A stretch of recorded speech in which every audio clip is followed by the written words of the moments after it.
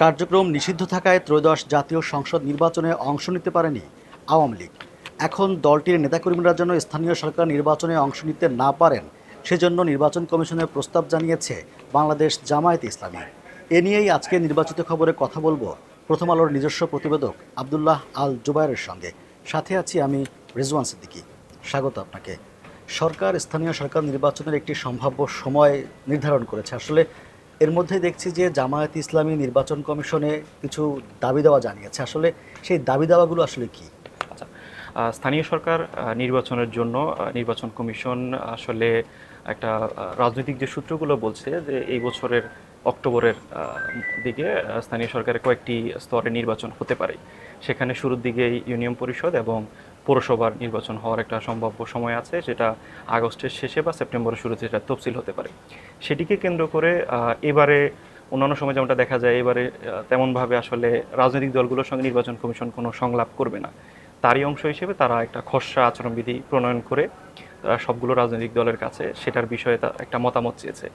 তো সেই মতামত দেওয়ার সর্বশেষ সময় ছিল 30 জুন। 30 জুনের মধ্যে জামাতে ইসলামী তাদের কিছু সুপারিশ বা কিছু প্রস্তাবনা নির্বাচন কমিশনের কাছে জমা দিয়েছে। সেখানে তারা একটি বিষয় উল্লেখ করেছে, যদিও তারা নাম উল্লেখ করেনি। তারা বলেছে কার্যক্রম নিষিদ্ধ রাজনৈতিক দলের কোনো নেতাকর্মী, পদধারী নেতাকর্মী কিংবা সক্রিয় কোনো নেতা যাতে এখানে প্রার্থী হতে না পারে। এটা নিয়ে আসলে মূলত আলোচনা হচ্ছে। তারা এই জিনিসটা চেয়েছে কয়েকটি কারণে, এমনটা তাদের সঙ্গে কথা বলে যেমনটা বোঝা গেছে, জানা গেছে। তারা মনে করছে যে যেহেতু জাতীয় নির্বাচনে, জাতীয় সংসদ নির্বাচনে আওয়ামী লীগ প্রার্থী হতে পারেনি, প্রার্থিতা আসলে করতে পারেনি আওয়ামী লীগের নেতাকর্মীরা। স্থানীয় সরকার নির্বাচনে যেহেতু এবারে দলীয় প্রতীকে হচ্ছে না, যেটা আওয়ামী লীগ সরকারের সময় ছিল, বর্তমান সরকার সেটাকে আসলে এই সংশোধনীটা এনেছে যে এবারে নির্দলীয়ভাবে সেটা হবে। তো সেখানে যদি তাদের স্বতন্ত্র প্রার্থী আওয়ামী লীগের নেতাকর্মীদের কেউ করতে চায় প্রার্থিতা, জামাত মনে করছে যে এখানে তাদের সাংগঠনিকভাবে আরও সক্রিয় হওয়ার একটা সুযোগ তৈরি হবে। তো সেটা আসলে জামাত চাচ্ছে না। এই কারণে আসলে মূলত তারা এই প্রস্তাবনাটা দিয়েছে। আন্তর্জাতিক অপরাধ ট্রাইব্যুনালে আওয়ামী লীগের বিচার শেষ না হওয়া পর্যন্ত জামায়াতের এই প্রস্তাবগুলো কি আদৌ সম্ভব কিনা?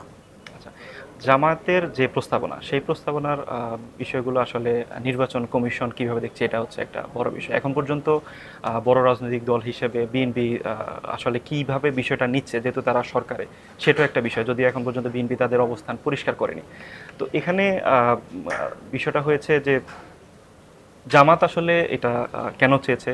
জামাত চেয়েছে যাতে এখানে তাদের অবস্থানটা আসলে সক্রিয় না হয়।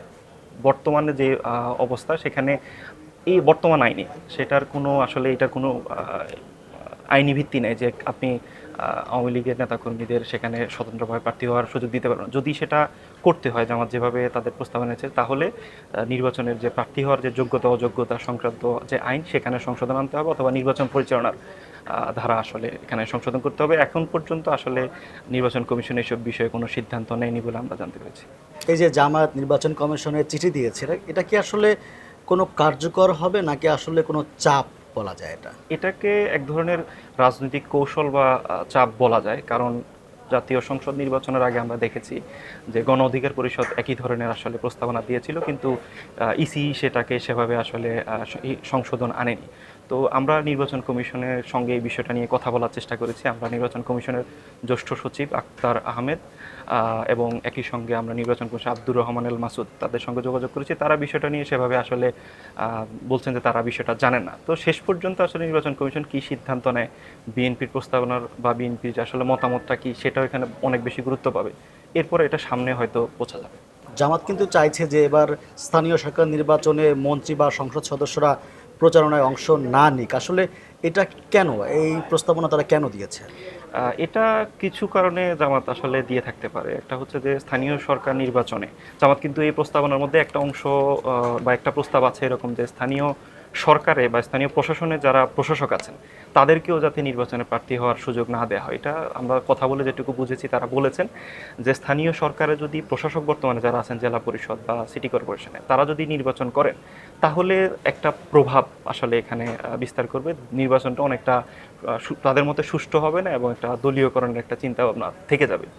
তো সেখানে আসলে জামাত মনে করছে যে এখানে যদি মন্ত্রী বা যদিও এখানে বিষয়টা বিধানে সেভাবে উল্লেখ নেই আসলে বিশিষ্ট ব্যক্তিবর্গ আছে, কিন্তু সেটা মন্ত্রী বা মন্ত্রী এমপি সংশ্লিষ্ট এমন কিনা সেটা উল্লেখ নেই। তো জামাত বলতে চাচ্ছে যে সেখানে মন্ত্রী এমপিরা এখানেও থাকতে পারবেন না। এটার কারণ তারা বলছেন যে যদি সেখানে তারা থাকেন একটা প্রভাব বিস্তারের একটা সুযোগ তারা হয়তো পেতে পারেন যারা প্রার্থী আছে। এখানে জামাত কিন্তু আরও একটি প্রস্তাবনা দিয়েছে, সেটি হলো সংরক্ষিত আসন তুলে দিয়ে সরাসরি নারী সদস্য নির্বাচনের প্রস্তাব কেন দেয়া হলো?